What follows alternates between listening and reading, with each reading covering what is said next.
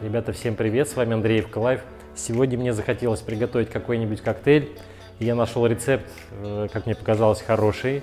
Коктейль называется «Мятный джулеп». Уже как-то такое необычное название, плюс мятный. Поэтому давайте посмотрим ингредиенты. Значит, для мятного джулепа нам понадобится бурбон, у нас Jim Beam. Дальше сахарный сироп. У нас такой, вы можете, в принципе, развести сахар с водой 1 к 1, ну и получить то же самое.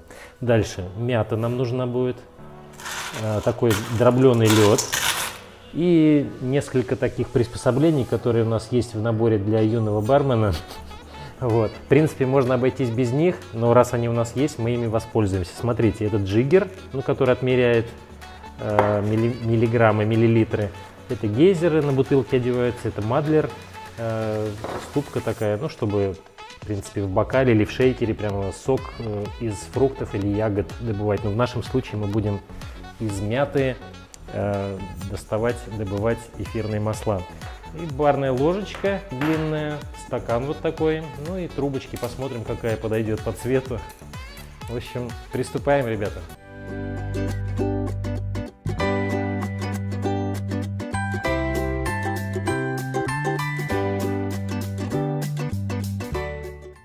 Ребята, открываем.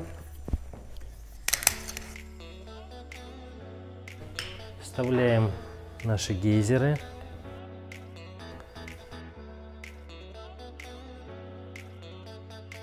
Дальше смотрите, какая у нас последовательность. Нам нужно примерно 8 листочков мяты.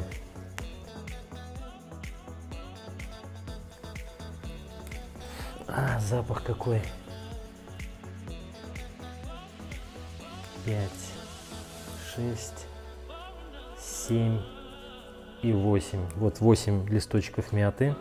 Теперь берем джиггер. Нам нужно отмерить 15 миллилитров сахарного сиропа. У нас здесь риска есть как раз 15 миллилитров. Отправляем к мяте. И теперь берем нашу ступку, этот мадлер, и немножечко так надо слегка помять, чтобы эфирные масла выделились. Теперь наливаем 50 миллилитров бурбона.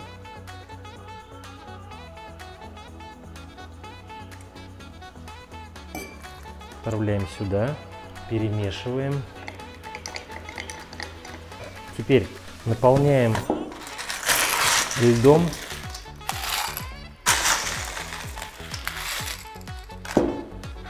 И теперь опять перемешиваем.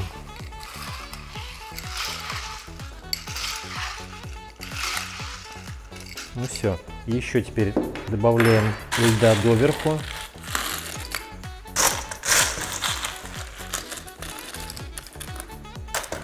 Берем какую-нибудь более-менее привлекательную веточку мяты для украшения. Допустим, пускай вот так будет. И вставляем трубочку. Я думаю, здесь зеленый цвет пойдет. Мне хочется зеленый. Все. Наш коктейль готов. Пробуем.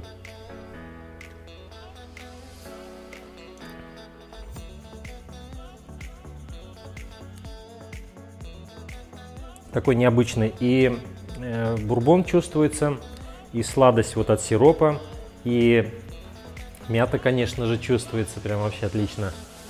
Надеюсь, и вам понравится. Так что пробуйте. Увидимся с вами, как обычно, через неделю. Всем здоровья, всем пока.